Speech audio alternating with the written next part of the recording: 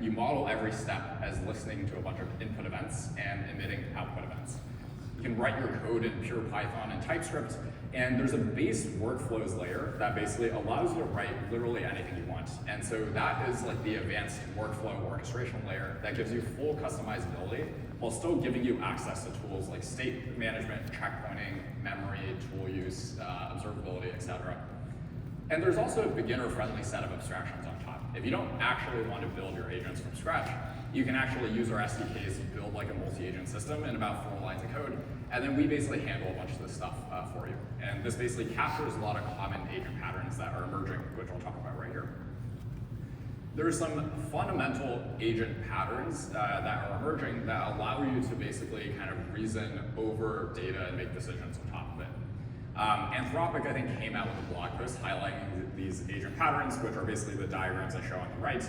And you can implement a lot of, or all of these with LlamaIndex workflows. One is routing. I mean, just imagine an if-else statement, but replaced with an LLM. The second is parallelization. So given an input, can you actually feed it to a bunch of different LLM calls and combine the results at the end? A third paradigm, for instance, is like this kind of what they call like evaluator optimizer loop. But it's basically just like, okay, you generate something and then you validate and refine it and just do it in a loop a few times until you actually get back the right answer. This type of pattern is actually a key trick behind using 2.0 Flash to get really, really good at document parsing. And then the last piece is just chaining. You're just doing a sequential line of calls. You can obviously stack these and just basically do whatever you want with the workflow. If you look at the diagram on the left, this is just an example architecture of an agentic workflow. And of course, you can make this a multi-agent system too, where you compose sub-workflows into bigger workflows. So you can do all this stuff from scratch. We have like a core, it's like a library, it's a Python class where you can basically just write anything that you want. And if you don't want to do that, we have a higher level multi-agent workflow system.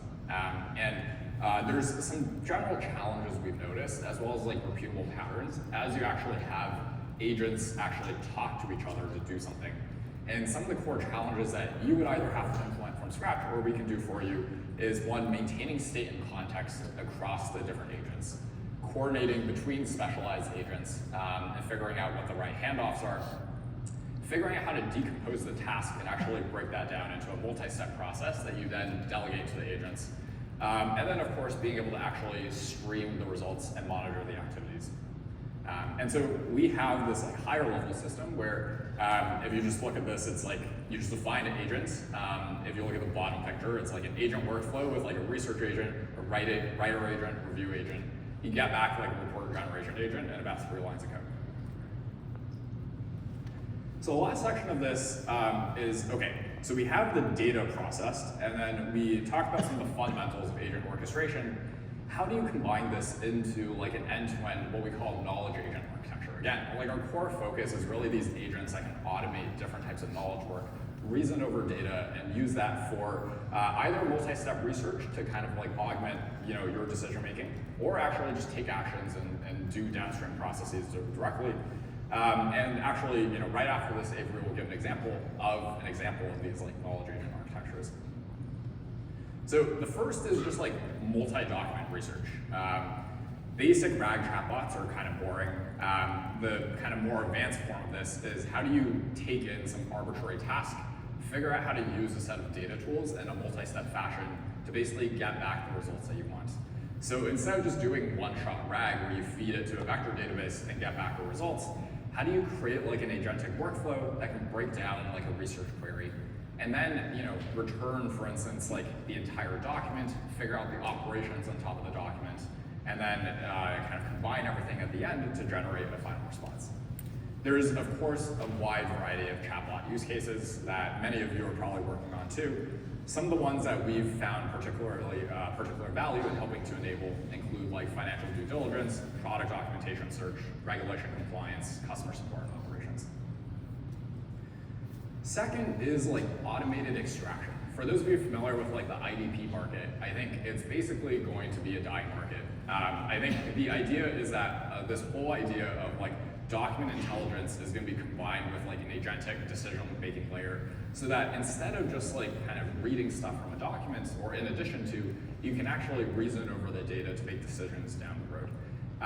And so some example use cases here are like invoice processing, contract review, in healthcare, like generating like a 360 view of a patient, automating like insurance claim processing. There still obviously needs to be humans in the loop, but it's different from like an assistant use case where you're increasingly able to have an agentic system make decisions and have you supervise, and it still have you supervise it, but it's able to make decisions end to end for you. And so an example, like, I can share the slides on Twitter, etc., but basically you can create a workflow that can automatically review core clauses in a legal contract, match it against regulations, and then use it to basically kind of route it to writing an email or generating a report or a memo. And it can increasingly do this in an end-to-end fashion. A lot of the core primitives you need are still around like data parsing, extraction, retrieval, so on and so forth. And lastly, report generation, which is a nice segue into the next section of this talk. Where you're able to use agents to generate entire knowledge artifacts that the user would otherwise be responsible for creating. I kind of want to maybe lead with this. It's not just like the deep research form factor. It's not just about like generating like a long essay with citations. There's a lot of different variations of this. Imagine actually being able to fill out a questionnaire or web form. Imagine being able to fill out an Excel spreadsheet for financial modeling.